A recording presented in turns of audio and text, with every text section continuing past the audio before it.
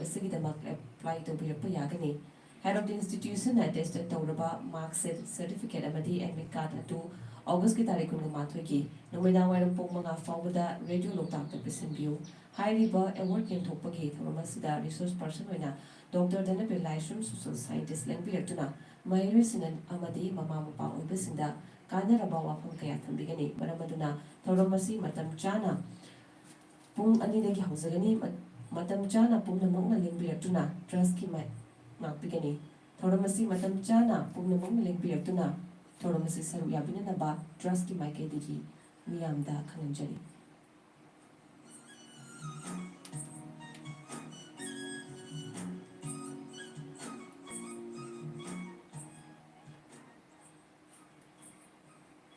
adorna makal matal kya ki thamum sinta bilbasi 90.4 MHz da sandok chaba Radio Loktak ngasi handa tangka ki thamum parisla hause thoram pare ngasi ki makha chatha jarakoda mukh nan thokcheli ni bisim khaktiba akhanaba thoramda haloida thoram asi ki damakte ki studio ki telephone number 8132880336 hari bai ko ki studio ki telephone number asida dal to birak laga ni bisim khakta ba khanaba thoramda haloida thoram sar ya ba yar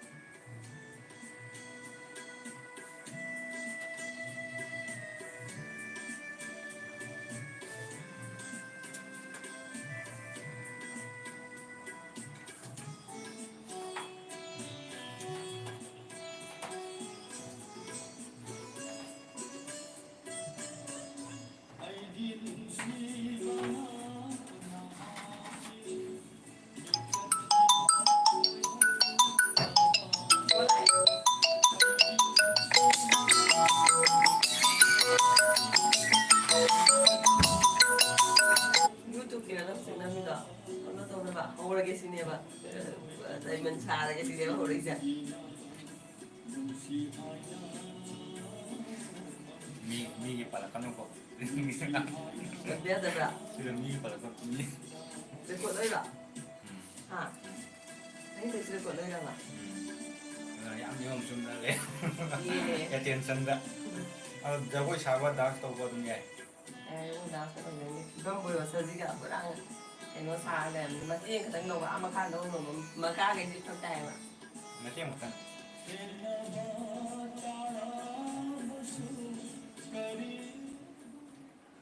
Nupesing khakti ba kana ba thoramda haloida thoramda biba madi ngasigi thoram asibu saruk yanna bugida makta sem sabire ba itarusin han bada taram nokchali loina ngasigi ahan ba telephone lokojage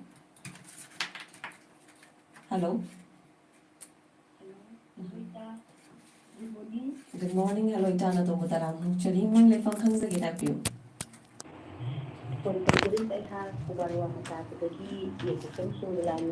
Kumpam Surbala Taram Nokchari Dangasagi Haloi Taki Thurum Surya Pirpa Mayamda Tambining by Hibining Baswina Karigumba Karaka Tambiram Gado Mali Kari Kari Hibigani Tambigani Mayampuna Taminasita Ita Happy Hojiki Matamasida Ura Iba Awunda Mayamasi Asuki Pati Awunda Sidam Purakare Amarum Taharo Gaita Nikogi Mamana Masa Obisinga Ibiema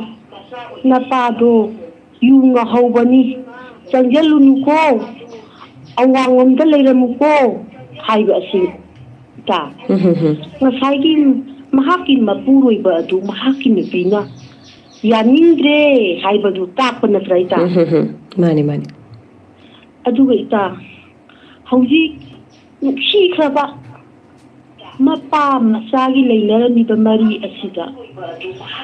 Hanga the Busakaba, Little Saga, Hanga the Marathon Lagadaba, Miway Lapton Ladyba, Wait Nipa, the Singu, when the Patti Hajabanati, Akoy, Nupa Mayama, Sigi Marasita, Yamna, Tukutaba, Haway, the Pupa, Masatu Ubata, the King the Pupa, Mapaka Suyawita, Machina Madam Weraga, Masawi Singa, Ying the Ning ꯏꯇꯥ ꯑꯩꯈꯣꯏꯗꯤ ꯈꯥꯡꯕ ꯉꯝꯖꯗ꯭ꯔꯦ ꯃꯃꯥꯒꯤ ꯊꯧꯅꯥꯗꯣ ꯏꯇꯥ ꯑꯗꯨꯅ ꯌꯥꯝꯅ ꯑꯑꯣꯟꯕ ꯍꯧꯖꯤꯛꯀꯤ ꯇꯧꯔꯛꯏꯕ ꯃꯑꯣꯡ ꯃꯇꯧ ꯄꯨꯔꯛꯏꯕ ꯃꯑꯣꯡ ꯃꯇꯧ ꯑꯁꯤꯗ ꯑꯩꯈꯣꯏꯁꯦ ꯑꯁꯨꯛꯀꯤ ꯃꯇꯤꯛ ꯅꯨꯡꯉꯥꯏꯖꯗꯕ ꯄꯣꯛꯏ ꯃꯄꯨꯅ ꯑꯩꯈꯣꯏꯒꯤ ꯃꯁꯨ ꯂꯧꯁꯜꯂꯝꯕ ꯃꯆꯤꯟ ꯃꯅꯥꯎ ꯂꯧꯁꯜꯂꯝꯕ ꯃꯆꯤꯟ ꯃꯅꯥꯎ ꯑꯗꯨꯅ ꯃꯆꯥ ꯄꯤꯃꯤꯜ ꯑꯣꯏꯔꯝꯕ ꯁꯤꯒꯨꯝꯕ ꯃꯌꯥꯝ ꯑꯃ ꯑꯩꯈꯣꯏ ꯃꯅꯤꯄꯨꯔꯁꯤꯗ ꯃꯄꯥꯟꯂꯣꯝꯗ ꯇꯥꯔꯛꯄꯗꯒꯤ ꯑꯩꯈꯣꯏꯒꯤ ꯏꯔꯝꯗꯝ ꯃꯅꯤꯄꯨꯔꯁꯤꯗ ꯆꯪꯁꯤꯜꯂꯛꯑꯦ ꯃꯅꯤꯄꯨꯔꯁꯤꯗꯒꯤ ꯑꯃꯨꯛ ꯑꯩꯈꯣꯏꯒꯤ ꯊꯧꯕꯥꯜ ꯍꯥꯏꯕꯁꯤꯗ ꯑꯃꯨꯛ ꯆꯪꯁꯤꯜꯂꯛꯑꯦ ꯇꯥ ꯀꯔꯤ ꯍꯥꯏꯒꯗꯕꯅꯣ ꯈꯪꯗꯦꯗ ꯄꯦꯟꯗꯕꯒꯤ ꯅꯨꯡꯉꯥꯏꯇꯕꯒꯤ ꯑꯗꯒꯤ ꯈꯨꯂꯥꯎꯁꯨ ꯃꯌꯥꯝ ꯑꯃ ꯂꯥꯎꯔꯕꯅꯤ ꯔꯦꯗꯤꯑꯣꯒꯤ ꯊꯣꯡꯗ ꯈꯕꯔꯒꯤ ꯊꯣꯡꯗ ꯄꯨꯝꯅꯃꯛ ꯑꯁꯤ ꯃꯈꯣꯏꯒꯤ ꯃꯅꯥꯀꯣꯡꯁꯤꯗ ꯀꯔꯤꯒꯨꯝꯕ ꯑꯝꯇ ꯇꯥꯗ꯭ꯔꯕ꯭ꯔꯥ ꯈꯪꯗꯦ ꯑꯗꯨꯅ ꯏꯇꯥ ꯉꯔꯥꯡꯁꯨ ꯑꯩꯈꯣꯏꯒꯤ ꯑꯆꯧꯕ ꯊꯧꯕꯥꯜꯁꯤꯗ ꯑꯩꯈꯣꯏꯒꯤ ꯂꯤꯂꯤ ꯑꯩꯈꯣꯏ ꯃꯥꯁ ꯂꯤꯂꯤꯅ ꯑꯃ ꯆꯠꯆꯩ ꯃꯁꯤꯗꯩꯗ ꯇꯧꯔꯛꯏꯕ ꯑꯗ ꯍꯧꯖꯤꯛ ꯃꯇꯝꯁꯤꯅ ꯄꯨꯔꯛꯏꯕ ꯑꯑꯣꯟꯕ ꯃꯌꯥꯝ ꯃꯁꯤꯒꯤ ꯃꯥꯌꯣꯛꯁꯤꯗ ꯆꯠꯆꯕꯅꯤ ꯑꯗꯨꯕꯨ ꯌꯥꯝꯅ ꯑꯩꯈꯣꯏꯒꯤ ꯁꯔꯀꯥꯔꯒꯤ ꯃꯥꯌꯣꯛꯇꯁꯨ ꯆꯠꯆꯕ ꯅꯠꯇꯦ ꯑꯩꯈꯣꯏꯒꯤ ꯁꯤꯚꯤꯜ ꯑꯩꯈꯣꯏ ꯃꯅꯤꯄꯨꯔꯗ ꯁꯤꯚꯤꯜ ꯁꯣꯁꯥꯏꯇꯤ ꯃꯌꯥꯝ ꯂꯩꯔꯤꯕ ꯑꯣꯔꯒꯅꯥꯏꯖꯦꯁꯟ ꯂꯩꯔꯤꯕ ꯃꯌꯥꯝꯁꯨ ꯄꯨꯜꯂꯒ ꯆꯠꯆꯕꯅꯤ ꯇꯧꯕꯇꯕꯨ ꯏꯇꯥ ꯀꯔꯤ ꯍꯥꯏꯒꯗꯕꯅꯣ ꯈꯪꯗꯦꯗ ꯏꯇꯥ ꯑꯩꯒꯤ ꯃꯃꯥ ꯑꯃ ꯑꯣꯏꯅ ꯑꯁꯨꯛꯀꯤ ꯃꯇꯤꯛ ꯄꯦꯟꯗꯕ ꯁꯥꯎꯅꯤꯡꯕ ꯂꯩꯔꯤꯕ ꯏꯄꯨꯔꯣꯏꯕꯁꯤꯐꯥꯎꯗ ꯊꯥꯖꯔꯛꯇꯕ ꯍꯥꯏꯕꯗꯣ ꯎꯠꯂꯛꯏ ꯏꯇꯥ ꯍꯣꯏ ꯊꯣꯛꯏꯕ ꯊꯧꯗꯣꯛ ꯋꯥꯊꯣꯛꯁꯤꯡꯁꯤ ꯃꯌꯥꯝꯁꯨ ꯎꯔꯨꯔꯒ ꯅꯠꯇ꯭ꯔ ꯏꯇꯥꯀꯣ ꯍꯣꯏ ꯑꯩꯈꯣꯏꯒꯤ ꯍꯣꯡꯂꯛꯏꯕ ꯑꯍꯣꯡꯕ ꯃꯌꯥꯝꯁꯤꯡꯁꯤꯗ ꯑꯩꯈꯣꯏ ꯀꯥꯟꯅꯕ ꯆꯥꯎꯈꯠꯄꯔꯣꯝꯗ ꯑꯍꯣꯡꯕ ꯂꯥꯛꯄꯗꯤ ꯌꯥꯝꯅ ꯐꯩꯀꯣ ꯏꯇꯥ ꯃꯇꯝ ꯑꯃꯗ ꯂꯝꯕꯤ ꯁꯣꯔꯣꯛ ꯑꯗꯩ ꯒꯥꯔꯤ ꯆꯠꯂꯝꯗꯕ ꯃꯌꯥꯝ ꯑꯃ ꯍꯧꯖꯤꯛ ꯆꯠꯄ ꯉꯝꯃꯛꯄ ꯑꯗꯒꯤ ꯃꯣꯕꯥꯏꯜ ꯐꯣꯟ ꯂꯩꯔꯝꯗꯕ ꯃꯣꯕꯥꯏꯜ ꯐꯣꯟ ꯄꯥꯏꯔꯛꯄ ꯁꯤꯒꯨꯝꯕ ꯍꯥꯏꯗꯤ ꯆꯥꯎꯈꯠꯄꯒꯤ ꯀꯩꯅꯣ ꯃꯌꯥꯝ ꯑꯃꯗꯤ ꯑꯗꯨꯃꯛ ꯍꯣꯡꯉꯛꯄ ꯃꯌꯥꯝ ꯑꯃꯗꯤ ꯊꯦꯡꯅꯖꯩ ꯑꯗꯨꯕꯨ ꯃꯤꯑꯣꯏꯕꯒꯤ ꯋꯥꯈꯜꯂꯣꯟꯗꯩꯗ ꯑꯩꯈꯣꯏꯅ ꯁꯨꯝ ꯑꯩꯈꯣꯏꯒꯤ ꯏꯔꯝꯗꯝꯁꯤꯗ ꯊꯣꯛꯑꯝꯗꯕ ꯃꯄꯥꯟ ꯂꯝꯗ ꯇꯣꯉꯥꯟ ꯇꯣꯉꯥꯟꯕ ꯃꯐꯝꯗ ꯑꯩꯈꯣꯏꯅ ꯇꯥꯕꯗ ꯑꯀꯤ ꯇꯨꯖꯨꯡꯕ ꯍꯪꯒꯣꯏꯕ ꯐꯥꯎꯕ ꯋꯥꯔꯤ ꯃꯌꯥꯝ ꯑꯃ ꯑꯩꯈꯣꯏ ꯇꯥꯕ ꯈꯛꯇꯪꯗ ꯏꯇꯥ ꯍꯪꯒꯣꯏꯕ ꯐꯥꯎꯔꯤꯅꯦꯕ ꯏꯁꯥꯗꯀꯣ ꯑꯗꯨꯕꯨ ꯑꯩꯈꯣꯏꯒꯤ ꯏꯔꯝꯗꯝꯁꯤꯗ ꯊꯣꯛꯆꯜꯂꯛꯄ ꯑꯗꯒꯤ ꯏꯇꯥꯅꯕꯨ ꯍꯥꯏꯗꯅ ꯏꯇꯥꯒꯤ ꯂꯩꯀꯥꯏꯗ ꯌꯧꯁꯜꯂꯛꯄꯁꯤꯗ ꯑꯗꯨꯛꯀꯤ ꯃꯇꯤꯛ ꯌꯥꯝꯅ ꯊꯃꯣꯏ ꯁꯣꯛꯄ ꯃꯃꯥ ꯑꯃ ꯑꯣꯏꯅ ꯂꯩꯃꯤꯟꯅꯔꯤꯕ ꯏꯃꯨꯡ ꯃꯅꯨꯡꯒꯤ ꯃꯤꯑꯣꯏꯁꯤꯡ ꯐꯥꯎꯕꯗ ꯊꯥꯖꯅꯔꯛꯇꯕꯒꯤ ꯋꯥꯈꯜꯂꯣꯟ ꯑꯃ ꯐꯥꯎꯍꯜꯂꯤꯕꯁꯦ ꯏꯇꯥꯀꯣ ꯃꯁꯤ ꯊꯣꯛꯏꯕ ꯊꯧꯗꯣꯛꯁꯤꯡꯁꯤꯅꯅꯦꯕ ꯇꯁꯦꯡꯅ ꯇꯥꯕ ꯃꯇꯝꯗ ꯑꯗꯨꯛꯀꯤ ꯃꯇꯤꯛ ꯌꯥꯝ ꯅꯨꯡꯉꯥꯏꯖꯗꯦ ꯑꯗꯨꯅ ꯃꯁꯤꯒꯨꯝꯕ ꯊꯧꯗꯣꯛꯁꯤꯡꯁꯤ ꯊꯣꯛꯂꯛꯏꯕꯁꯤ ꯀꯔꯤꯗꯒꯤꯅꯣ ꯑꯗꯨꯒ ꯃꯈꯥ ꯇꯥꯅ ꯊꯣꯛꯇꯅꯕ ꯀꯔꯤ ꯀꯔꯤ ꯇꯧꯕ ꯌꯥꯏ ꯍꯥꯏꯕꯁꯦ ꯃꯁꯤꯃꯁꯨ ꯌꯥꯝꯅ ꯃꯗꯨꯗ ꯆꯦꯟꯅꯔꯤꯕ ꯃꯤꯑꯣꯏꯁꯤꯡ ꯍꯥꯏꯗꯤ ꯀꯔꯤꯒꯨꯝꯕ ꯊꯕꯛ ꯑꯃ ꯇꯧꯕꯗ ꯃꯗꯨꯗ ꯚꯤꯛꯇꯤꯝ ꯑꯣꯏꯔꯤꯕ ꯑꯗꯒꯤ ꯆꯦꯟꯅꯔꯤꯕꯁꯤꯡ ꯂꯣꯏꯅꯃꯛꯁꯦ ꯑꯩꯈꯣꯏꯗ ꯆꯦꯟꯅꯕ ꯃꯤꯑꯣꯏꯁꯤꯡ ꯍꯥꯏꯇꯥꯔꯦ ꯃꯁꯤ ꯃꯇꯤꯛ ꯆꯥꯕ ꯗꯟꯗꯤ ꯄꯤꯗꯅ ꯈꯣꯠꯇꯅ ꯃꯈꯥ ꯇꯥꯕ ꯊꯧꯗꯣꯛꯁꯤꯡ ꯊꯣꯛꯇꯅꯕ ꯑꯀꯟꯕ ꯆꯦꯛꯁꯤꯟ ꯊꯧꯔꯥꯡ ꯑꯃ ꯂꯧꯈꯠꯍꯧꯕ ꯆꯨꯝꯒꯗ꯭ꯔꯥꯅ ꯈꯜꯂꯤꯗ ꯃꯈꯥ ꯇꯥꯅ ꯑꯗꯨꯝ ꯍꯥꯏꯗꯤ ꯑꯗꯨꯒꯨꯝꯕ ꯊꯧꯗꯣꯛ ꯑꯃ ꯊꯣꯛꯑꯒ ꯆꯦꯟꯅꯔꯤꯕ ꯃꯤꯑꯣꯏꯗꯨ ꯑꯗꯨꯝ ꯍꯥꯏꯗꯤ ꯃꯇꯝ ꯈꯔ ꯍꯥꯏꯗꯤ ꯇꯧꯗꯕ ꯌꯥꯗꯕ ꯈꯔ ꯇꯧꯔꯝꯃꯒꯁꯨ ꯑꯗꯨꯝ ꯍꯦꯛ ꯍꯥꯟꯅꯒꯨꯝꯅ ꯑꯗꯨꯝ ꯏꯔꯥꯏ ꯂꯥꯏꯅ ꯊꯥꯗꯣꯛꯈ꯭ꯔꯒꯗꯤꯗꯀꯣ ꯑꯗꯨꯝ ꯃꯁꯤ ꯃꯈꯥ ꯇꯥꯅ ꯊꯣꯛꯂꯛꯅꯕꯒꯤ ꯑꯆꯧꯕ ꯃꯔꯝ ꯑꯃꯁꯨ ꯑꯣꯏꯒꯗ꯭ꯔꯥꯅ ꯈꯜꯂꯤ ꯑꯗꯨꯅ ꯌꯥꯔꯤꯕ ꯃꯈꯩ ꯊꯣꯛꯇꯅꯕ ꯀꯟꯕ ꯆꯦꯛꯁꯤꯟ ꯊꯧꯔꯥꯡ ꯑꯗꯒꯤ ꯃꯔꯤ ꯂꯩꯅꯕꯁꯤꯡꯅ ꯈꯤꯇꯪ ꯃꯤꯠꯌꯦꯡ ꯆꯪꯕꯤꯔꯒ ꯃꯁꯤꯒꯨꯝꯕꯁꯤꯡꯁꯦ ꯊꯣꯛꯇꯅꯕ ꯍꯣꯠꯅꯍꯟꯅꯤꯡꯕꯒꯤ ꯑꯄꯥꯝꯕꯗꯨꯃꯁꯨ ꯑꯩꯉꯣꯟꯗ ꯁꯨꯝ ꯐꯥꯎꯖꯕꯗꯨꯅꯤꯀꯣ ꯏꯇꯥ ꯑꯩꯅ ꯃꯌꯥꯝꯗ ꯁꯨꯝ ꯄꯥꯎꯗꯝꯖꯕꯅꯤ ꯑꯗꯣ ꯏꯇꯥꯒꯤ ꯑꯣꯏꯅꯗꯤ ꯀꯔꯤ ꯀꯔꯤ ꯇꯧꯍꯟꯅꯤꯡꯉꯤ ꯁꯤꯒꯨꯝꯕ ꯊꯧꯗꯣꯛ ꯑꯃ ꯊꯣꯛꯂꯛꯄ ꯃꯇꯝꯗ ꯑꯗꯒꯤ ꯏꯇꯥ ꯑꯩꯈꯣꯏꯒꯤ ꯑꯩꯅꯁꯨ ꯑꯩꯒꯤ ꯈꯟꯖꯕ ꯑꯩꯒꯤ ꯄꯨꯛꯅꯤꯡꯒꯤ ꯑꯣꯏꯕ ꯋꯥꯐꯝꯇꯒ ꯃꯤꯌꯥꯝꯗ ꯃꯦꯁꯦꯖ ꯄꯤꯖꯒꯦ ꯍꯥꯏꯕꯤꯌꯨ ꯏꯇꯥ ꯑꯩꯈꯣꯏꯒꯤ ꯍꯧꯖꯤꯛ ꯏꯟꯈꯠꯂꯛꯏꯕ ꯑꯉꯥꯡꯁꯤꯡ ꯍꯥꯏꯇꯥꯔꯦ ꯅꯨꯄꯤ ꯃꯆꯥ ꯅꯨꯄꯥ ꯃꯆꯥꯁꯤꯡꯁꯤ ꯑꯩꯈꯣꯏꯒꯤ ꯃꯃꯥ ꯃꯄꯥ ꯑꯣꯏꯕꯁꯤꯡꯅ ꯏꯃꯨꯡꯁꯤꯗꯒꯤ ꯇꯥꯛꯄꯤ ꯇꯝꯕꯤꯕ ꯍꯥꯏꯕ ꯏꯇꯥ ꯃꯁꯤꯗꯒꯤ ꯊꯝꯕꯤꯒꯗꯕꯅꯤ ꯍꯥꯏꯕ ꯋꯥꯐꯝꯁꯦ ꯑꯩ ꯊꯝꯖꯅꯤꯡꯉꯤ ꯏꯕꯦꯝꯃ ꯁꯤ ꯇꯧꯕ ꯌꯥꯗꯦ ꯅꯪ ꯁꯤ ꯍꯥꯏꯕ ꯌꯥꯗꯦ ꯑꯗꯨ ꯅꯪ ꯈꯪꯅ ꯆꯠꯀꯗꯕꯅꯤ ꯏꯕꯨꯡꯉꯣ ꯅꯪ ꯁꯤ ꯇꯧꯕ ꯌꯥꯗꯦ ꯁꯤ ꯐꯠꯇꯕ ꯊꯕꯛꯅꯤ ꯍꯥꯏꯕꯅꯆꯤꯡꯕꯁꯤꯡꯁꯦ ꯏꯇꯥ ꯌꯨꯝꯒꯤ ꯃꯃꯥ ꯃꯄꯥ ꯑꯃ ꯑꯣꯏꯅ ꯏꯆꯥꯁꯤꯡꯗ ꯊꯝꯖꯅꯤꯡꯉꯤ ꯇꯧꯕꯇꯕꯨ ꯉꯁꯥꯏꯒꯤ ꯑꯃꯔꯣꯝꯗ ꯍꯥꯏꯔꯒꯗꯤ ꯑꯩꯈꯣꯏꯒꯤ ꯏꯇꯥ ꯍꯥꯏꯕꯗꯕꯨ ꯌꯥꯝꯅ ꯐꯖꯗ꯭ꯔꯕ ꯋꯥꯐꯝꯅꯤ ꯃꯁꯤ ꯑꯗꯨꯕꯨ ꯉꯁꯥꯏꯒꯤ ꯃꯤꯌꯥꯝꯁꯤꯡꯁꯤꯅ ꯃꯤꯠ ꯅꯥꯀꯣꯡ ꯑꯣꯏꯅꯕꯁꯨ ꯈꯪꯖꯕꯁꯨ ꯑꯣꯏꯁꯅꯨ ꯑꯩꯈꯣꯏꯒꯤ ꯑꯄꯤꯛꯄ ꯏꯃꯨꯡ ꯍꯥꯏꯇꯥꯔꯦ ꯑꯄꯤꯛꯄ ꯏꯃꯨꯡꯁꯤꯗ ꯉꯁꯥꯏꯒꯤ ꯃꯄꯥ ꯃꯃꯥ ꯑꯣꯏꯕꯁꯤꯡꯁꯤꯅ ꯏꯆꯥꯁꯤꯡꯁꯦ ꯇꯨꯝꯃꯤꯅ ꯇꯨꯝꯗ꯭ꯔꯤꯅ ꯍꯥꯏꯕꯒꯤ ꯃꯈꯣꯏꯒꯤ ꯋꯥꯈꯜꯗꯁꯨ ꯃꯄꯥ ꯃꯃꯥ ꯑꯣꯏꯕꯁꯤꯡꯒꯤ ꯆꯥꯎꯔꯕ ꯊꯧꯗꯥꯡ ꯍꯥꯏꯕꯗꯤ ꯏꯆꯥꯁꯤꯡꯁꯤꯒꯤ ꯃꯃꯥꯡꯁꯤꯗ ꯀꯔꯤ ꯍꯥꯏꯕ ꯏꯪꯕ ꯑꯗꯒꯤ ꯑꯔꯣꯜ ꯑꯊꯣꯛꯄꯤ ꯑꯣꯏꯕꯁꯤ ꯃꯆꯥꯁꯤꯡꯁꯤꯗ ꯈꯪꯍꯟꯗꯕ ꯏꯇꯥ ꯃꯁꯤꯗꯩꯗ ꯀꯔꯤꯒꯨꯝꯕ ꯃꯁꯤꯗꯩꯗ ꯃꯆꯥꯁꯤꯡꯁꯤꯅꯁꯨ ꯌꯨꯝꯁꯤꯡ ꯑꯁꯤꯗꯒꯤ ꯏꯃꯥ ꯏꯄꯥꯗꯒꯤꯁꯨ ꯄꯔꯥꯁꯤ ꯌꯥꯝ ꯇꯝꯕ ꯂꯩꯌꯦꯕ ꯏꯇꯥ ꯑꯗꯨꯅ ꯉꯁꯥꯏꯒꯤ ꯃꯈꯣꯏ ꯏꯆꯥꯁꯤꯡꯁꯤꯅ ꯉꯁꯥꯏꯒꯤ ꯀꯗꯥꯏꯗꯒꯤ ꯍꯧꯔꯛꯄꯅꯣ ꯍꯧꯖꯤꯛ ꯃꯣꯕꯥꯏꯜ ꯐꯣꯟꯁꯤꯗꯒꯤ ꯌꯨꯝꯒꯤ ꯂꯩꯔꯤꯕ ꯏꯃꯨꯡ ꯃꯅꯨꯡꯁꯤꯗꯒꯤ ꯑꯌꯥꯝꯕꯅ ꯏꯇꯥ ꯍꯧꯔꯛꯄꯅꯦꯕꯀꯣ ꯅꯍꯥꯁꯤꯡꯁꯤꯅ ꯍꯣꯏ ꯑꯣꯖꯥ ꯑꯗꯨꯕꯨ ꯁꯤꯅ ꯁꯤ ꯑꯣꯏꯔꯒꯁꯨ ꯏꯇꯥ ꯑꯩꯈꯣꯏꯒꯤ ꯍꯧꯖꯤꯛ ꯍꯧꯖꯤꯛ ꯂꯩꯔꯤꯕ ꯀꯟꯗꯤꯁꯟꯁꯦ ꯑꯩꯈꯣꯏ ꯂꯩꯀꯥꯏꯒꯤꯁꯦ ꯍꯧꯖꯤꯛ ꯑꯩꯈꯣꯏꯒꯤ ꯏꯀ꯭ꯋꯤꯁꯁꯦ ꯃꯥ ꯖꯦꯜꯗ ꯂꯩꯔꯦ ꯖꯦꯜꯗ ꯂꯩꯔꯤꯕꯁꯦ ꯅꯨꯃꯤꯠ 15ꯅꯤꯒꯤ ꯃꯇꯨꯡꯗ ꯃꯍꯥꯛꯁꯦ ꯑꯩꯈꯣꯏꯒꯤ ꯋꯣꯠꯇ ꯄꯨꯊꯣꯛꯆꯔꯛꯄꯅꯤ ꯋꯣꯠꯇ ꯄꯨꯊꯣꯛꯄꯁꯤꯗ ꯑꯩꯈꯣꯏꯒꯤ ꯃꯤꯌꯥꯝꯒꯤ ꯃꯍꯥꯛꯄꯨ ꯖꯁꯀꯤ ꯃꯅꯥꯀꯣꯡꯗ ꯑꯥꯏꯑꯣꯒꯤ ꯃꯅꯥꯀꯣꯡꯗ ꯇꯥꯅꯕꯒꯤꯗꯃꯛꯇ ꯑꯩꯈꯣꯏ ꯁꯦꯝ ꯁꯥꯗꯨꯅ ꯃꯤꯌꯥꯝꯒꯤ ꯑꯄꯨꯟꯕꯒꯤ ꯈꯣꯜꯂꯥꯎ ꯑꯃ ꯂꯥꯎꯖꯒꯅꯤ ꯑꯗꯨꯒ ꯉꯔꯥꯡꯃꯛꯁꯨ ꯑꯩꯈꯣꯏꯅ ꯆꯠꯆꯔꯤꯕ ꯃꯥꯔꯆ ꯔꯦꯂꯤ ꯑꯁꯤ ꯑꯩꯈꯣꯏꯒꯤ ꯂꯩꯔꯤꯕ ꯃꯌꯥꯝ ꯑꯩꯈꯣꯏꯒꯤ ꯄꯨꯂꯤꯁꯀꯤ ꯁꯥꯏꯠꯄꯨ ꯑꯣꯏꯔꯣ ꯎꯀꯤꯜꯒꯤ ꯁꯥꯏꯠꯄꯨ ꯑꯣꯏꯔꯣ ꯖꯁꯀꯤ ꯑꯣꯏꯔꯣ ꯑꯥꯏꯑꯣꯒꯤ ꯑꯣꯏꯔꯣ ꯃꯈꯣꯏꯒꯤ ꯃꯅꯥꯀꯣꯡꯁꯤꯡꯁꯤꯗ ꯇꯥꯅꯕ ꯑꯩꯈꯣꯏꯒꯤ ꯁꯤꯒꯨꯝꯕ ꯊꯕꯛꯁꯦ ꯐꯠꯇꯦ ꯃꯈꯣꯏꯕꯨ ꯀꯟꯈꯠꯄꯤꯒꯅꯨ ꯃꯈꯣꯏꯕꯨ ꯁꯤꯕꯒꯤ ꯆꯩꯔꯥꯛ ꯐꯥꯁꯤꯒꯤ ꯆꯩꯔꯥꯛ ꯄꯤꯕꯤꯌꯨ ꯍꯥꯏꯕꯅꯆꯤꯡꯕꯁꯦ ꯑꯩꯈꯣꯏ ꯈꯣꯜꯂꯥꯎ ꯀꯌꯥꯒ ꯂꯣꯏꯅꯅ ꯂꯥꯎꯖꯕꯅꯤ ꯇꯧꯕꯇꯕꯨ ꯉꯁꯤꯒꯤ ꯑꯦꯀ꯭ꯋꯤꯁꯀꯤꯗꯨꯅ ꯃꯥꯅ ꯖꯦꯜꯗ ꯂꯩꯖꯔꯒꯁꯨ ꯃꯥꯒꯤ ꯑꯄꯣꯛꯄꯤ ꯃꯕꯨꯛ ꯍꯥꯏꯖꯕ ꯇꯥꯔꯦꯀꯣ ꯏꯇꯥ ꯃꯍꯥꯛꯁꯨ ꯍꯧꯖꯤꯛ ꯃꯁꯥꯃꯛꯁꯨ ꯖꯦꯜꯗ ꯂꯩꯔꯤ ꯑꯗꯨꯕꯨ ꯇꯧꯕꯇꯕꯨ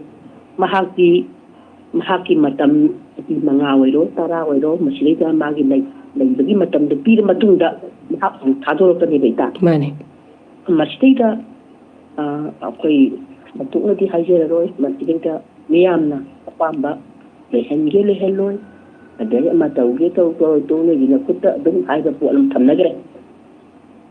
ꯃꯁꯤꯗꯩꯗ ꯏꯇꯥ ꯁꯨꯃꯥꯏꯅ ꯇꯧꯔꯒ ꯑꯩꯁꯦ ꯁꯤꯒꯤ ꯃꯈꯥꯒꯤꯗ ꯋꯥꯔꯤꯁꯤꯗꯤ ꯅꯦꯝꯖꯟꯖꯒꯦ ꯋꯥꯔꯤꯒꯤ ꯃꯅꯨꯡꯗ ꯋꯥꯔꯤꯗꯤ ꯌꯥꯝ ꯂꯩ ꯃꯥꯅꯤ ꯍꯥꯏꯕꯤꯌꯨ ꯈꯔ ꯍꯥꯏꯕꯤꯌꯨ ꯈꯪꯗꯦ ꯏꯇꯥ ꯃꯇꯝꯁꯦ ꯀꯔꯤ ꯍꯥꯏꯒꯗꯕꯅꯣ ꯍꯧꯖꯤꯛꯇꯤ ꯍꯨꯏꯕꯨꯛꯇ ꯊꯤꯅꯤꯡꯉꯥꯏꯅ ꯅꯨꯡꯗꯥꯡꯒꯤ ꯃꯇꯝꯗ ꯈꯣꯡꯅꯗ꯭ꯔꯕꯅꯤ ꯃꯥꯒꯤ ꯃꯐꯝꯁꯤꯗ ꯉꯥꯜꯂꯀꯥꯟꯗ ꯑꯍꯤꯡꯗ ꯈꯤꯇꯪ ꯈꯣꯡꯕꯗꯒꯤ ꯍꯦꯟꯅ ꯎꯆꯦꯛ ꯋꯥꯌꯥꯕꯨꯛꯇ ꯌꯥꯁꯤꯜꯂꯛꯄ ꯃꯇꯝꯗ ꯃꯥꯒꯤ ꯃꯀꯣꯟꯁꯤꯡꯁꯤꯗ ꯅꯨꯃꯤꯠ ꯇꯥꯔꯦ ꯍꯥꯏꯗꯅ ꯃꯆꯥꯁꯤꯡꯁꯤ ꯑꯣꯟꯗꯅ ꯂꯩꯖꯕꯅꯤ ꯑꯗꯨꯕꯨ ꯏꯃꯨꯡ ꯉꯥꯜꯂꯒ ꯀꯥꯟꯗ ꯃꯆꯤꯟꯖꯥꯛ ꯃꯥꯒꯤ ꯏꯆꯥ ꯃꯁꯨ ꯄꯤꯖꯅꯤꯡꯕ ꯈꯣꯠꯅꯤꯡꯕ ꯄꯥꯏꯊꯣꯛꯄꯒꯤ ꯉꯥꯛꯇꯅꯤ ꯑꯗꯨꯕꯨ ꯑꯩꯈꯣꯏ ꯃꯤꯑꯣꯏꯕꯁꯦ ꯃꯤꯑꯣꯏꯕꯁꯤꯗ ꯁꯥ ꯍꯥꯏꯕꯁꯤꯁꯨ ꯌꯥꯝꯅ ꯌꯥꯎꯔꯝꯃꯤꯅꯤ ꯏꯇꯥ ꯀꯔꯤ ꯍꯥꯏꯒꯗꯕꯅꯣ ꯈꯪꯗꯦ ꯑꯩ ꯃꯇꯥꯡꯗ ꯊꯨꯞꯆꯤꯟꯖꯒꯦ ꯍꯣꯏ ꯑꯗꯨꯅ ꯏꯇꯥ ꯑꯩꯈꯣꯏꯁꯨ ꯅꯨꯄꯤ ꯑꯣꯏꯕꯤꯁꯤꯡ ꯍꯥꯏꯇꯥꯔꯦꯀꯣ ꯑꯗꯨꯅ ꯏꯆꯥ ꯂꯩꯔꯤꯕ ꯅꯤꯡꯉꯣꯜ ꯑꯣꯏꯕꯤꯁꯤꯡ ꯃꯌꯥꯝꯁꯤꯡꯁꯤ ꯌꯥꯝꯅ ꯀꯨꯞꯅ ꯁꯦꯟꯅꯕ ꯌꯦꯡꯁꯤꯟꯕ ꯑꯃꯗꯤ ꯗꯔꯀꯥꯔ ꯑꯣꯏꯕ꯭ꯔꯥꯅ ꯈꯜꯂꯦ ꯅꯠꯇ꯭ꯔꯥ ꯍꯤꯔꯝ ꯈꯨꯗꯤꯡꯃꯛꯇ ꯑꯗꯨꯅ ꯃꯃꯥ ꯑꯣꯏꯕꯤꯁꯤꯡꯒꯤ ꯊꯧꯗꯥꯡꯁꯦ ꯃꯇꯥꯏꯁꯤꯡꯗ ꯁꯥꯏꯠꯁꯤꯗ ꯌꯥꯝꯅ ꯆꯥꯎꯅ ꯊꯧꯗꯥꯡ ꯑꯃ ꯂꯧꯔꯒꯗꯤ ꯃꯁꯤꯒꯨꯝꯕꯁꯤꯡꯁꯤ ꯊꯣꯛꯄꯗꯒꯤ ꯈꯔꯒꯗ ꯑꯣꯏꯔꯒꯁꯨ ꯅꯠꯇ꯭ꯔꯒꯣꯏꯗ ꯍꯟꯊꯕ ꯉꯝꯒꯗꯧꯔꯤꯕꯅꯤ ꯑꯗꯨꯅ ꯁꯤꯒꯨꯝꯕ ꯊꯧꯗꯣꯛ ꯑꯃ ꯊꯣꯛꯂꯛꯄꯗ ꯃꯗꯨꯗ ꯍꯛꯊꯦꯡꯅ ꯆꯦꯟꯅꯔꯤꯕ ꯃꯤꯑꯣꯏꯁꯤꯃꯁꯨ ꯃꯇꯤꯛ ꯆꯥꯕ ꯗꯟꯗꯤ ꯄꯤꯍꯟꯅꯤꯡꯕꯒꯤ ꯑꯄꯥꯝꯕꯁꯤ ꯃꯃꯥ ꯑꯣꯏꯕꯤ ꯈꯨꯗꯤꯡꯃꯛꯀꯤ ꯊꯃꯣꯏꯗꯁꯨ ꯐꯥꯎꯕꯤꯔꯝꯒꯅꯤꯅ ꯈꯜꯂꯦ ꯃꯌꯥꯝꯅꯁꯨ ꯑꯗꯨꯝ ꯍꯥꯏꯅꯕꯤꯕ ꯂꯩꯀꯣ ꯃꯁꯤ ꯇꯧꯔꯒꯗꯤ ꯃꯈꯥ ꯇꯥꯅ ꯁꯤꯒꯨꯝꯕ ꯊꯧꯗꯣꯛꯁꯤꯡꯁꯤ ꯊꯣꯛꯄꯗ ꯍꯟꯊꯒꯅꯤ ꯍꯥꯏꯕꯗꯨꯃ ꯊꯝꯖꯒꯦ ꯌꯥꯝ ꯅꯨꯡꯉꯥꯏꯖꯩ ꯏꯇꯥ ꯉꯥꯏꯍꯥꯛꯇꯪ ꯑꯣꯏꯔꯕꯁꯨ ꯁꯨꯃꯥꯏꯅ ꯇꯦꯂꯤꯐꯣꯟ ꯇꯧꯕꯤꯔꯛꯇꯅ ꯍꯜꯂꯣ ꯏꯇꯥꯒꯤ ꯊꯧꯔꯝ ꯁꯔꯨꯛ ꯌꯥꯕꯤꯗꯅ ꯑꯋꯥ ꯅꯨꯡꯉꯥꯏ ꯊꯦꯡꯅꯔꯤꯕ ꯍꯧꯖꯤꯛ ꯑꯣꯏꯔꯤꯕ ꯊꯣꯛꯏꯕ ꯃꯌꯥꯝꯁꯤꯒꯤ ꯃꯇꯥꯡꯗ ꯑꯩꯈꯣꯏ ꯄꯨꯟꯅ ꯈꯪꯃꯤꯟꯅꯕ ꯋꯥꯈꯜ ꯂꯧꯁꯤꯡ ꯑꯣꯏꯃꯤꯟꯅꯅꯕ ꯍꯥꯏꯗꯅ ꯐꯣꯡꯗꯣꯛꯄꯤꯔꯛꯄ ꯌꯥꯝ ꯅꯨꯡꯉꯥꯏꯖꯩ ꯌꯦꯡꯀꯣꯛꯄꯝ ꯁꯨꯔꯕꯂꯥ ꯏꯇꯥꯕꯨ ꯑꯃꯨꯛ ꯍꯟꯅ ꯊꯥꯒꯠꯆꯔꯤ ꯊꯥꯒꯠꯆꯔꯤ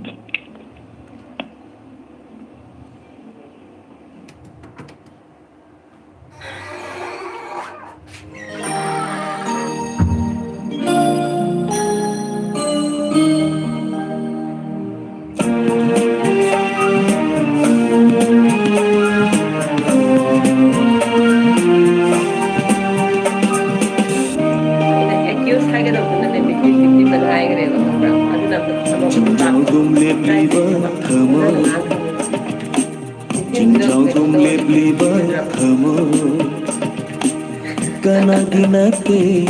ನಂದಿನಿ ಕನಗಿನತೆ ನಂದಿನಿ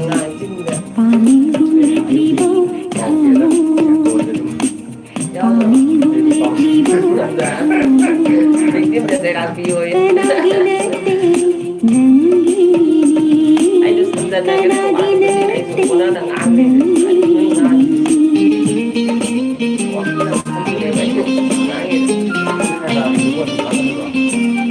ಕನಗಿನತೆ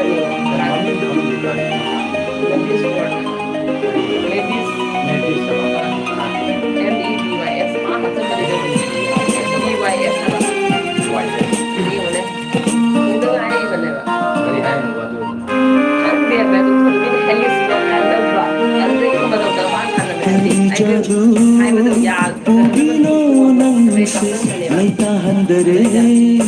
अयगी पुतनी नुशी बदगी नुशी बसुनंतनी पामु बदगी पामु बसुनंतनी हे हे हे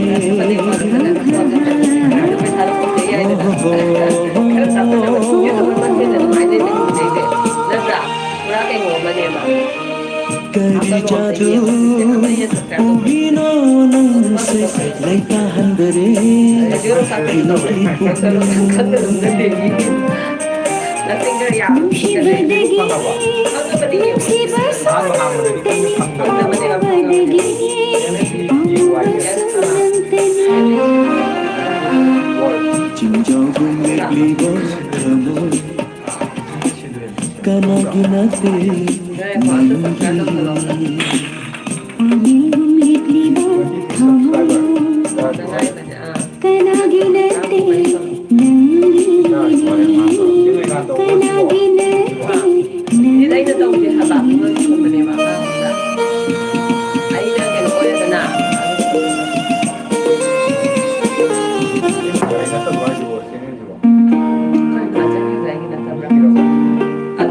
account share tꯧꯕ ꯂꯩꯗꯅ ꯍꯥꯏꯗꯤ ꯂꯣꯏꯅ transfer ꯇꯧꯔꯒꯅꯦ ꯑꯩꯅ ꯇꯧꯖꯔꯁꯨ ꯌꯥꯏꯕ ꯊꯝꯖꯔꯕꯗ ꯍꯥꯏꯗꯤ ꯃꯤ ꯑꯃꯈꯛꯇ खोइरांग लगले अयगी थमोशे खोइरांग लगले अयगी थमोशे पोथा जरगे नतमा लागलोने जानवा लागलोने जानवा अयगी नात खौरंगाई ꯃꯥꯏꯁꯦ ꯑꯗꯨꯒꯤ ꯄꯣꯠꯇꯣ ꯊꯥꯗꯅꯕ ꯄꯣꯠꯇꯣ ꯃꯇꯦꯛ ꯈꯔ ꯔꯤꯚꯤꯌꯨ ꯇꯧꯕ ꯀꯥꯎ ꯂꯩꯇ꯭ꯔꯦꯕ ꯍꯥꯞꯇꯤ ꯍꯥꯞꯄꯅꯦꯕ ꯃꯇꯦꯛ ꯃꯇꯦꯛꯇ ꯍꯥꯞꯆꯟꯕꯅꯦꯕ ꯑꯩꯈꯣꯏꯅ ꯍꯥꯞꯄꯅꯦꯕ कनगिनते कनगिनते नंगीनी पानीगुम लिबलिबो थमो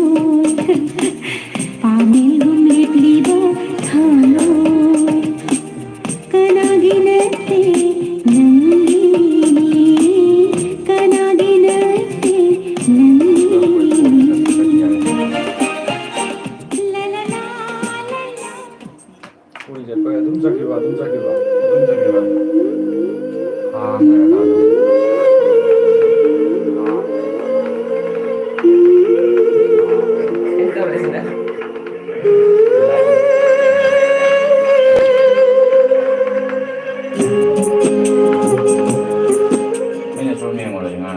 Hello. Good morning. Minglei Fangkhang Zage takpiyo. Hoi hoi. Nasi haloi tagi thorum saru ya birak bakari keri wafum mayam da phone tok pekani puna tamina se haibiyo. No, muझे ऐसा नहीं ना देंगे कोई हेलो इताई प्रोग्राम का ये अगर इता माने दुबान दान दत खरीदी का पाम वापस देंगे अगर तेरे मरन के ये के मम्मी तो आई कितने तो नाच बात है सब में अमर करने आई ये नंग खाओ ये थर जा करने का तो अभी जोถ้าการตอบก็จะคงจะลามอันนี้มาเจ็บเท่าไหร่กันเราก็ต้องทำเนี่ยว่าในด้านมันจะมีตัวเลขที่อะไรกันนี่เลยมาตาไปเลยที่มันจะอะไรนะรามก็ถ้าเราต้องผ่านยาเป็นมันจะอะไร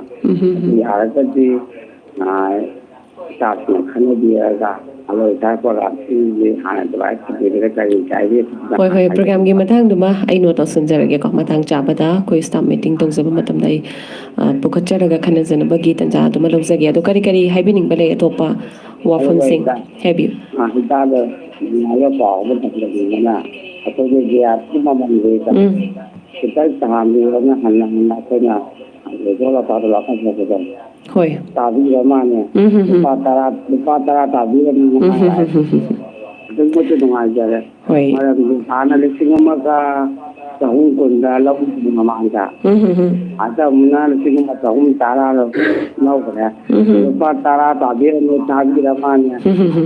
to khot pa ri ta dong yong tong phale yang kai kon ko tha ma po na kumang pa ri tam na pa ka dar ma hange tara ko ko no re ado ka nei ta nga tha da ri ya lai ta bi tara do hoi chu gi the me ngamo lei ba ko ne hai hoi yam nungai jare aduga ato wa ko mana happy ya man ga ji ge ba ai ri ma ta ge ta tin pa che se ta ya adre ya se ka ma ye da ko de ye he ya re ya na patra ko thaba ji ge ko ni nan da ye ta ba nga ma ta suna da ta ji ge ade ge mo la phama ga se ge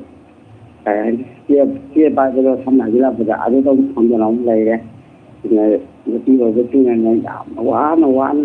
nhiều bà mới đi uống cái này cho là cái chỉ có phải làm mua đây ta mà làm nó ngay chứ cái cái lắm thì họ phải mà này tôi ít ngặt lắm na thì mình muốn đã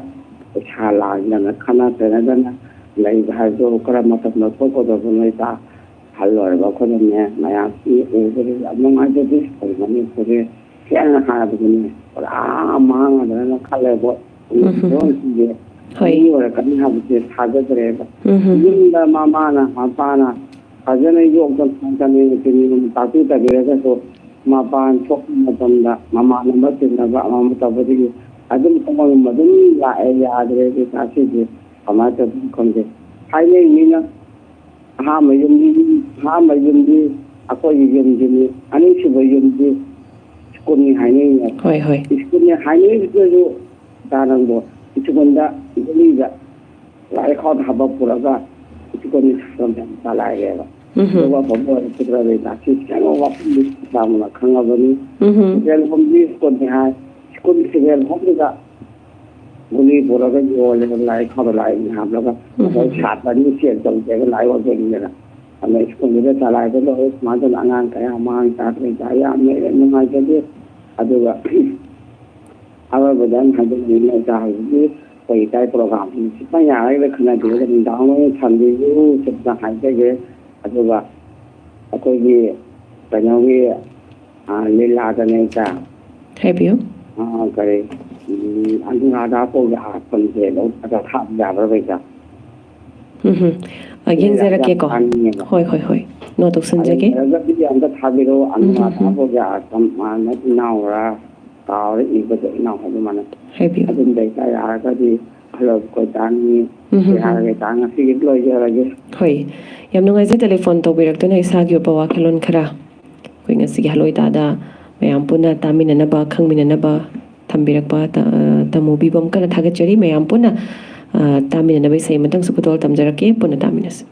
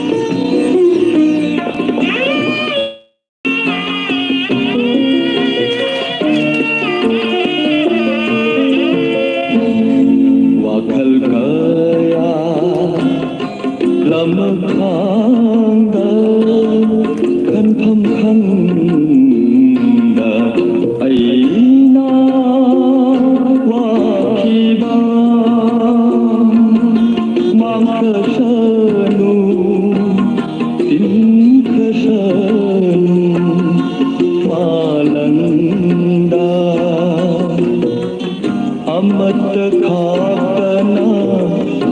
मुठसनु नुंशी मागी वाही सिंधु नुंशी मागी वाही सिंधु ईदी ईरलो DJ नंगी मोनोबो नंथोंफम खंगदबा पुंसी लंबीदा दोम थादोक्पिरो हायरक्पदा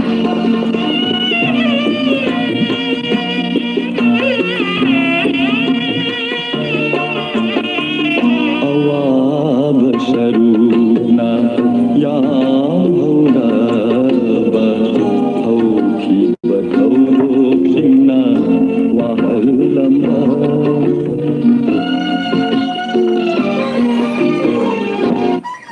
अवसरूना याहौरबा हौखिबा थौदोक्सिंना वाहल्लम्बा Mary थोकाना चाकलब थमोसे Mary थोकाना चाकलब थमोसे खाम हौरानी मैसा लाना लाना ऐदी ईररो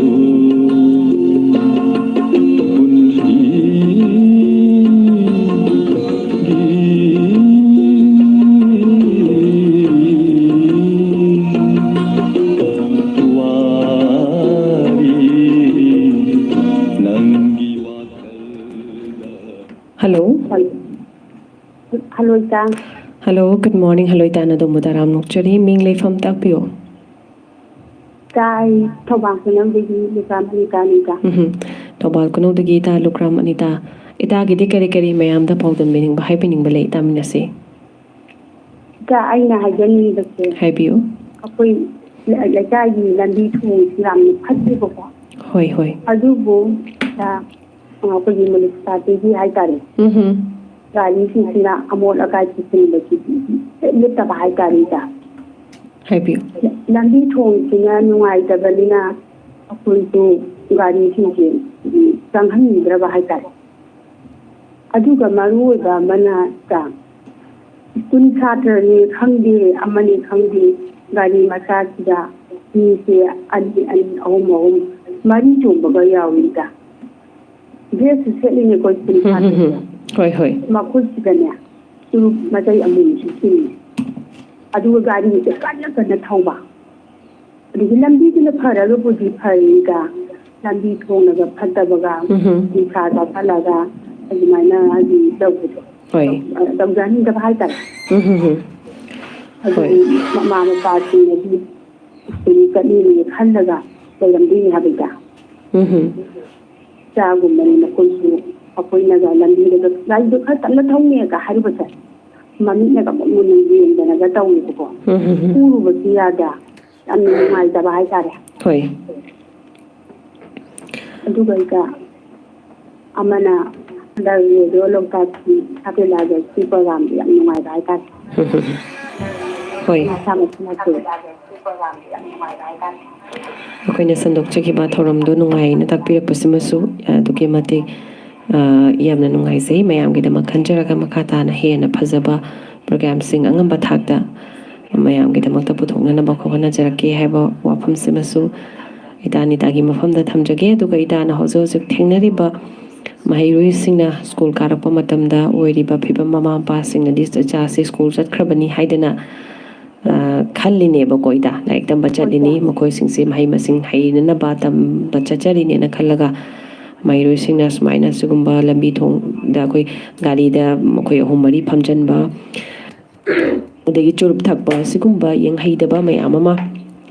tholakpa sida sum itana uruba matamna thamoida nungaijadaba adagi hetumaina ga hairuga su angang singdugi makoi gi wakhalonda thawai usittaba manba maong natrago sigumba sim thengnajaba sida mairoi sing tunggi haurakliba mayam sing si mangadra sugumba sim masing yam khala gadi kaina thamoida phaubi ba phang khara thambirakpani aduna ꯏꯇꯥ ꯃꯇꯥꯡ ꯁꯥꯏꯁꯤꯗ ꯑꯩꯈꯣꯏꯒꯤ ꯅꯨꯄꯤ ꯑꯣꯏꯕꯤꯁꯤꯡ ꯃꯃꯥ ꯑꯣꯏꯕꯤꯁꯤꯡ ꯂꯩꯃꯤꯟꯅꯔꯤꯕ ꯑꯍꯜ ꯂꯃꯟꯁꯤꯡꯅ ꯍꯥꯏꯇꯥꯔꯦ school ꯆꯠꯈ꯭ꯔꯤꯕ ꯃꯍꯩꯔꯣꯏꯁꯤꯡꯁꯤ ꯏꯟꯈꯠꯂꯛꯄ ꯑꯩꯈꯣꯏꯒꯤ ꯋꯥꯈꯜ ꯐꯥꯊꯕ ꯉꯝꯗꯕ ꯉꯥꯏꯍꯥꯛ ꯉꯥꯏꯍꯥꯛꯀꯤ ꯅꯨꯡꯉꯥꯏꯕ ꯑꯗꯨꯒꯨꯝꯕ ꯋꯥꯈꯜꯂꯣꯟꯗ ꯆꯠꯄ ꯃꯇꯝꯁꯤꯗꯗꯤ ꯌꯥꯝꯅ ꯀꯟꯅ ꯑꯍꯜ ꯑꯣꯏꯕꯁꯤꯡꯁꯤꯅ ꯌꯦꯡꯁꯤꯟꯕꯤꯕ ꯑꯗꯒꯤ ꯀꯔꯤ ꯇꯧꯔꯤ ꯀꯔꯤ ꯆꯥꯔꯤ ꯍꯥꯏꯕꯅꯆꯤꯡꯕꯁꯤꯡꯁꯤ ꯌꯦꯡꯁꯤꯟꯕꯒꯤ ꯇꯉꯥꯏ ꯐꯗꯕ ꯑꯃꯗꯤ ꯑꯗꯨꯃꯛ ꯂꯩꯀꯣ ꯃꯇꯥꯡꯁꯤꯗ ꯃꯃꯥ ꯃꯄꯥ ꯑꯣꯏꯕꯁꯤꯡꯒꯤ ꯊꯧꯗꯥꯡꯁꯦ ꯑꯗꯨꯛꯀꯤ ꯃꯇꯤꯛ ꯌꯥꯝ ꯆꯥꯎꯋꯤ ꯂꯣꯏꯅꯅ ꯃꯃꯥ ꯃꯄꯥꯅ ꯊꯥꯗꯣꯛꯈ꯭ꯔꯕ ꯃꯇꯨꯡꯗ ꯁ꯭ꯀꯨꯜꯗ ꯂꯩꯕꯤꯔꯤꯕ ꯑꯣꯖꯥꯁꯤꯡꯅꯁꯨ ꯀꯣ ꯁꯥꯇ꯭ꯔꯁꯤꯡꯁꯤ ꯌꯥꯝ ꯌꯦꯡꯁꯤꯟꯕꯤꯕ ꯁꯨꯃꯥꯏꯅ ꯍꯥꯏꯗꯤ ꯃꯃꯥ ꯃꯄꯥ ꯑꯃꯗꯤ ꯑꯣꯖꯥꯁꯤꯡ ꯃꯌꯥꯝ ꯄꯨꯝꯅꯃꯛꯁꯤꯅ ꯈꯔ ꯍꯦꯟꯅ ꯍꯧꯖꯤꯛꯁꯨ ꯌꯦꯡꯁꯤꯟꯕꯤꯗꯦ ꯍꯥꯏꯕꯗꯤ ꯅꯠꯇꯕꯀꯣ ꯌꯦꯡꯁꯤꯜꯂꯒꯁꯨ ꯁꯤꯒꯨꯝꯕꯁꯦ ꯑꯗꯨꯃꯛ ꯊꯣꯛꯏꯕꯅꯤ나 ꯈꯔꯒ ꯍꯦꯟꯅ ꯀꯨꯞꯅ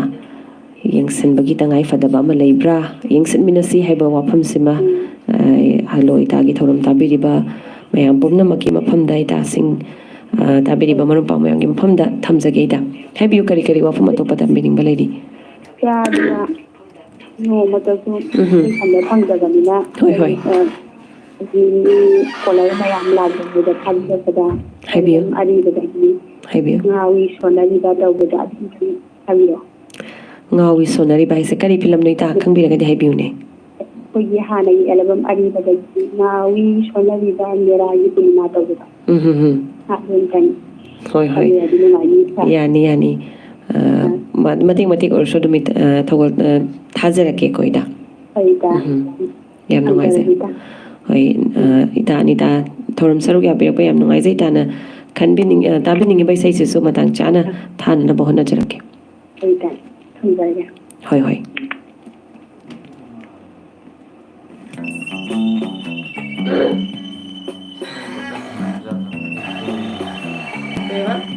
ꯁꯦꯝꯕ ꯈꯪꯕ꯭ꯔꯕ ꯁ꯭ꯋꯥꯏꯗ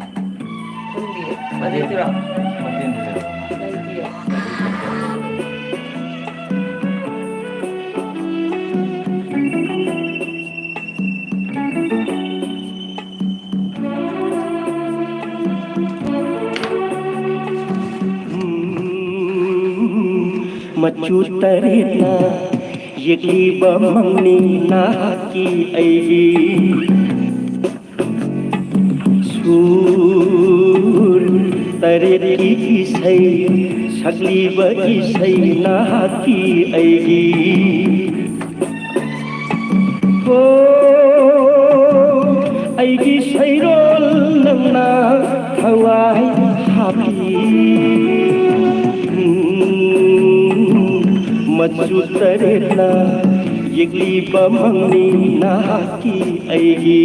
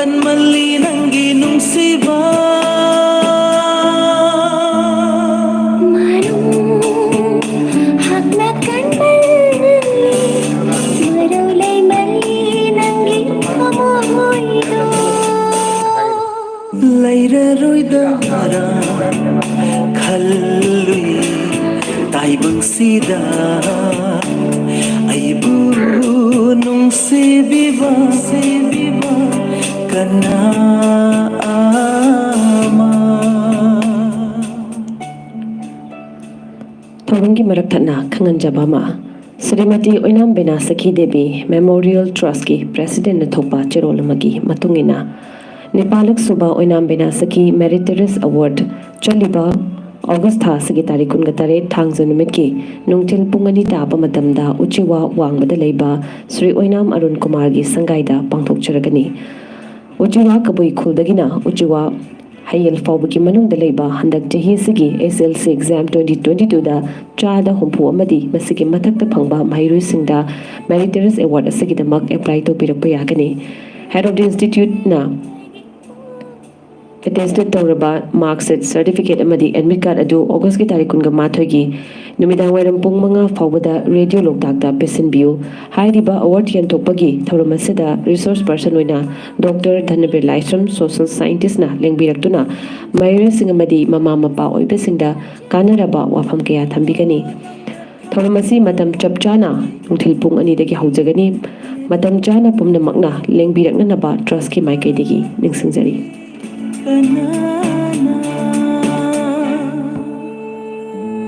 Nangi wahai amana thamu inhali nana tadalai raga pinji thamoina laira roidara khalui taibang sida aibu nung se viva kana ama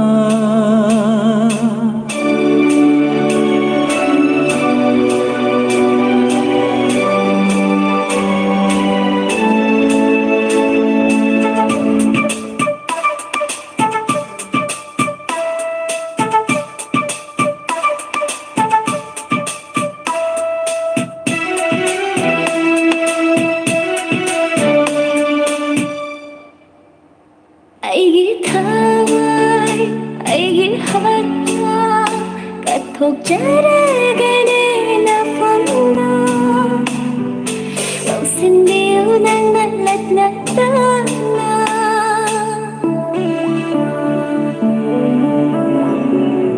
aigi pukning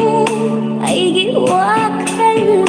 joy thok jararoi ne kanana Sajagene sari wasansu let me nasi kong from sida lendana kumdok pa ngamloy kanana Kaina bagi pandu biau ringai da Nusi pantung biau na bachat ni nasine laira roidara khalui taibang sida aibu nung se viva kana ama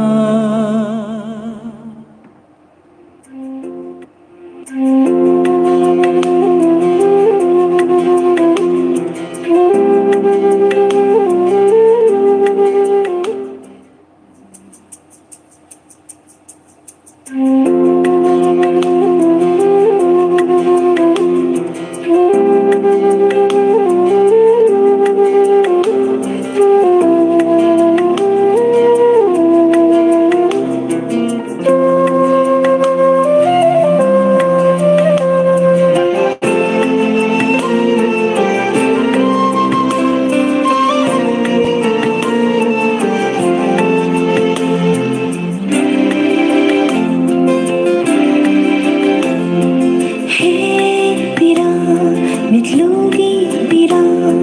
sinthau leptana khamlar amu chansimba yararoi banushigi lambini samthokpiu nanna thamoigi maichakse he birang mitlugi birang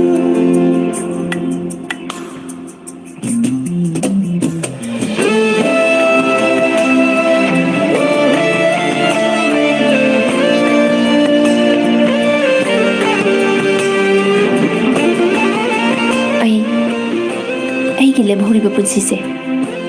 ꯇꯣꯜꯂ ꯇꯥꯔꯕ ꯏꯆꯥꯁꯤꯡꯒꯤꯗꯃꯛꯇ ꯑꯩ ꯀꯠꯊꯣꯛꯆꯔꯕꯣ ꯃꯇꯝ ꯅꯪꯅꯅꯤ ꯑꯩꯕꯨ ꯋꯥꯍꯜꯂꯤꯕ ꯅꯨꯡꯁꯤꯕ ꯃꯥꯒꯤ ꯅꯨꯡꯁꯤ ꯈꯨꯗꯣꯜꯁꯨ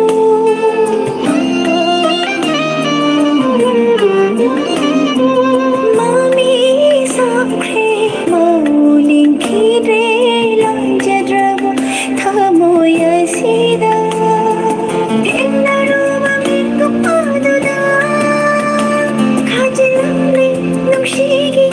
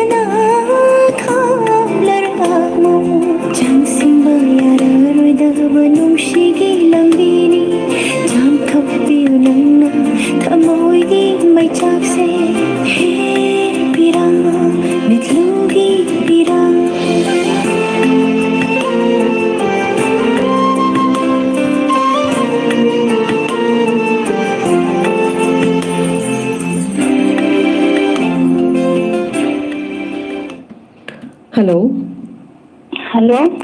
Good morning. Hello, Itana Tomataram Nokchari. Mingle from Tapio. Ita ram mahala ko idin da ita. Hoi.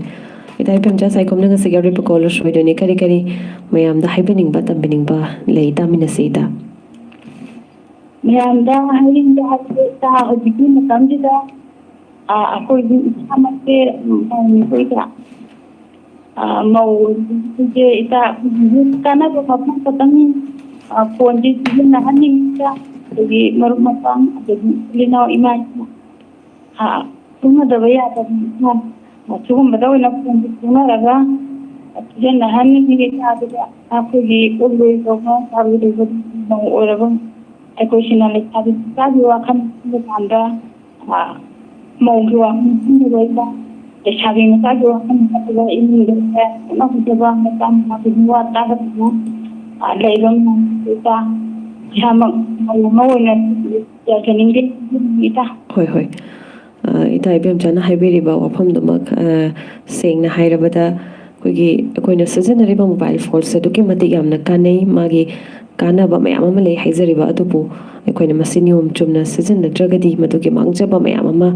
lakba ko aduna koina mau ibising na so koigi mau ibi khaki wana tana ko mayam pomna magna koigi mobile phone se nium chumna Sizina haning bagi apambadu taibem jana phunglok pirakpani aduna aikoi masigi kana base akoi aphabarom doina sizina si akoi gi nium chumdaba aran balambida sizina ragadi masigi mangje basi akoi na hairo draga sumayam ne hena dumak thoi do hendo na khangna rabu apham ni koi taibem jana tra masigi ma thoiba crime macha macha mayam ma cho cho ba crime adagi mayam ma si thoiba mayam se mobile dagi thokpa crime mayam se mayam ne hena khangna rabani koi ne hena masigi matang da hairo draga su aduna masigi mangzaba adagi tongjaba mayamse anigi khalsi mayamna so yengbiraga aikoi niyom chumna kana barom da oina mobile phone gi kana keno se season na bai koi puna hona minasi haiba wafum sima solo tagi ma ke degi thorum tabiri ba mayam ni taroi sing adai marum apang mayam pomna makki mafam da thamjage ate to pakari kari haibining balai matam so lai select trai tai bim chaibiyo nani ta adu ba khabar bo ta ba kan degi ba oishale beta he lama ma hin to pada ahan bita he kimar bita ita hol pin to ke thok da sari jo mawa ma mang ya ka se mar ma ke ya ra ki yana nuwa je ta ado akai gi ipu re bele gan he ipu re be na buja to na je ta ba ma kan ni na phone pa ana du ma pura kan ni ko na gyan ta pura ka Puro rin mama ang tapos ito na ba po kaya ni ada na touching na ay kasi po yung banding ng sana sila na din diba ko gikali hay ta ni pi mo na po yung jije ko kaya naman nanda ako ko kontang kami ako dito sa ni na din ngai ka na tendan ni ko wa hay jeni ni ta hoi ado ita no nupi khakta da nupi khakna niom chumna season haning bagi apam barom do ina sum haibiri ko ado bu hoi kogi nupi khakna tana nupa sing su loina mak masi niom chumna ani mak se koi phone mobile phone se ado maina season haning bagi apam badu ma thamjage koi niom sumna season si mobile gi kana ba khangmina si habo pham se masung se gi haloi tagi thorum gi mai ke digi thamjage matam su loirabani na itana aroiba caller soire ado matungi olakpa hapta de ta sing mungai tuna leijaram gi taibem cha madi thorum tabiriba mayam pomna maka tamina na baroi poini sei matang khudol tamjarake mayam punna taminarse thank you thagachari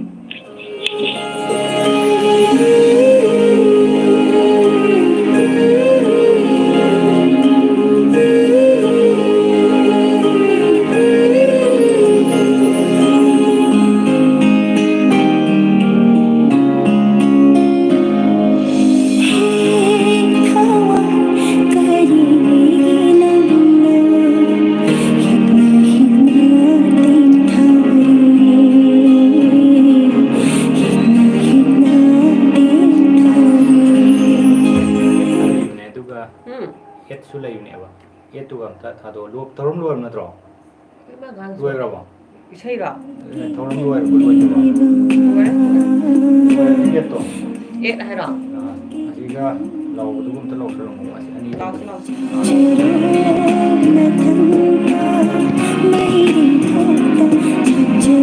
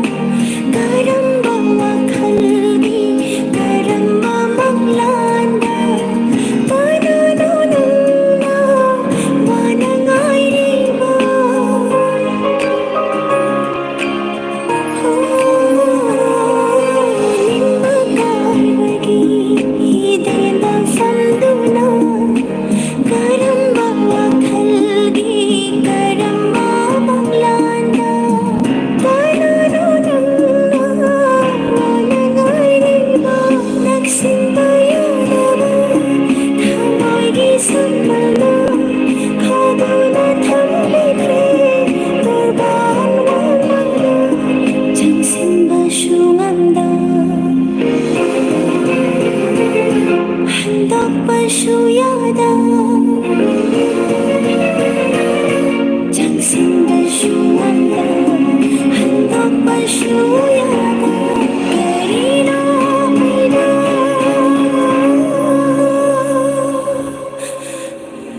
ꯇꯧꯕꯒꯗꯕ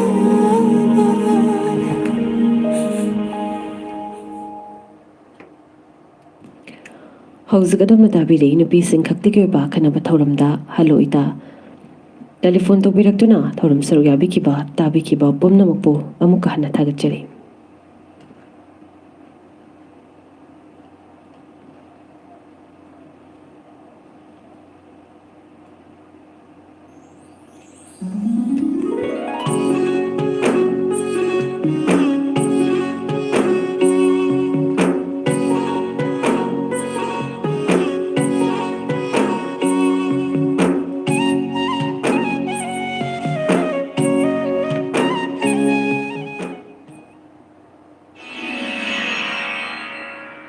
Admission open. Admission open. Angang Health Technical Education da 2022-23 season gi admission hangdokchare. Eastern Paramedical Science and Research Institute affiliation number A/1806MN/PMS and EMAX/EN92959 amadi Authorized Training Institute Wangoi Bajar Imphal West opposite SBI Bank near Oil Pump Thamjariba Kudung Chabasingdi Teacher Training Course Singda Ahanbada Nursery Teacher Training NTT Rhymes and Preschool Education Anisubada Early Childhood Care and Education ECCE Ahumsubada Pre-Primary Teacher Training PPTT Tabaki Kudung Chabasingdi Pre-Nursery Nursery Kindergarten KG Teacher Amadi Angalwadi Worker in Government Private CBSE Schools and Institutions Paramedical Course Singda Ahanbada Diploma in Medical Laboratory Technology DMLT Anisubada Diploma in Radiology Imaging Technology DRIT Asini Eligibility Mataki DMLT Amadi DRIT ki oina 10+ to pass in PCB or PCM with 45% and above. Aduga mataki coursing haibadi NTT, ECCE, PPTT ki oina 10+ to or graduate pass in science or arts stream. Akupa marol gidamak mobile number 9612-273-905 natraga 8787-552-435 ta call Tobio.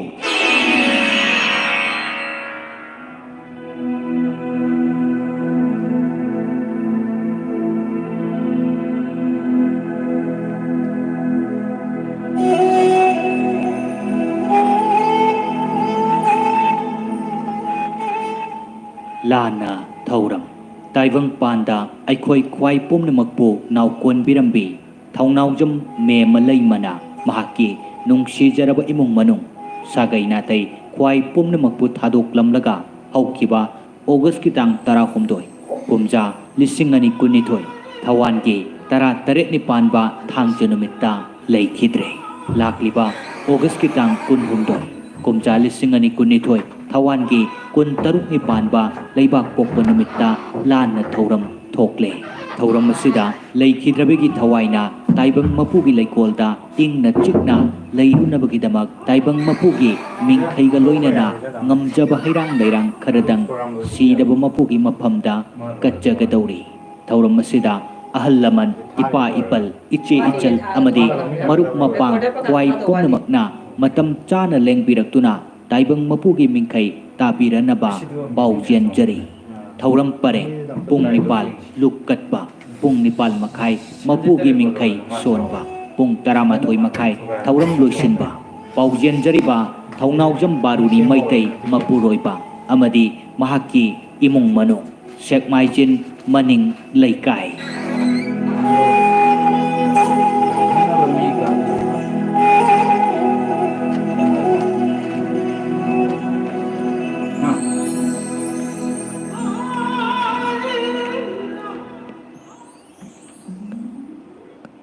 खंगनजबा मा श्रीमती ओइनाम बिनासकी देवी memorial trust के president थोकपा चरोल मगी मतुंगिना नेपालक सुबा ओइनाम बिनासकी meritorious award चलिबा अगस्त था सकी तारीख 19 थांगस नुमित की नुंगथिल पुंगनी ताबा मतमदा उचिवा वांगमदा लेबा श्री ओइनाम अरुण कुमार की संगाइदा पांगथोकलगनी उचिवा कबुई खुलदगिना हयेन फाउबगी मनुंग दलेबा हंदक चाही की SLC एग्जाम 2022 दा चाद हुंफु अमदे मसिगी मथक्ता फंगबा महिरुसिंगना मेरिटोरियस अवार्ड असिगिदमक अप्लाई तौबिरकपा यागनी हेड ऑफ द इंस्टीट्यूशन ना अटेस्टेड तौरबा मार्कशीट सर्टिफिकेट अमदे एडमिट कार्ड अदु अगस्त की तारीख 19 की नुमिदांग वायरम पुंग मंगा फाउबदा रेडियो लोकताक पिसनबियु हाइरिबा अवार्ड यंथोकपगी थौरम असदा रिसोर्स पर्सन ओइना डॉक्टर धनबिलाइश्रम सोशल साइंटिस्ट लेंबिरक्तुना महिरुसिंग अमदी ममा मपा ओइबसिंगदा कानरबा वाफम कया थंबिगनी थौरम मतम चाना पुंग अनिदगी हौजगनी मतम चाना पुमनमगना लेंबिरक्ननबा ट्रस्ट की माइकैदगी खंगनजरे।